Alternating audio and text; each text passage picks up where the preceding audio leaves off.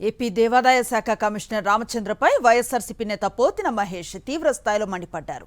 Red book చూసుకొని రామచంద్రమోహన్ రెచ్చిపోతున్నారని ఆయన దుయ్యబట్టారు. దేవుడి భూములు ప్రైవేటు పరం చేయాలని చూస్తున్నారని 5,000 ఎకరాల భూములు అన్యక్రాంతం చేశారని ఆరోపించారు పోతిన మహేష్.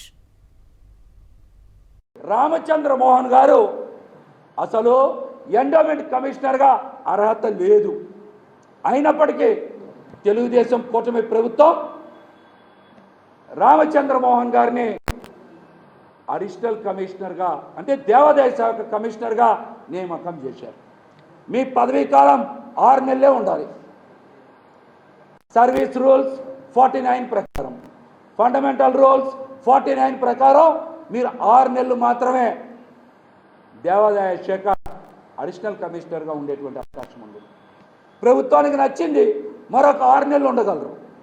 కానీ సంవత్సరం జరిగిపోయిన తర్వాత కూడా మీరు దేవాదాయ శాఖ కమిషనర్గా ఎలా కొనసాగుతూ ఉన్నారని మంత్రి ఆనం రామనారాయణ రెడ్డి గారిని, అదేవిధంగా ప్రిన్సిపల్ సెక్రటరీ హరి జవహర్ లాల్ గారిని, ముఖ్యమంత్రి చంద్రబాబు నాయుడు గారిని, ఉప ముఖ్యమంత్రి పవన్ కళ్యాణ్ గారిని సూటిగా ప్రశ్నిస్తూ ఉన్నాం.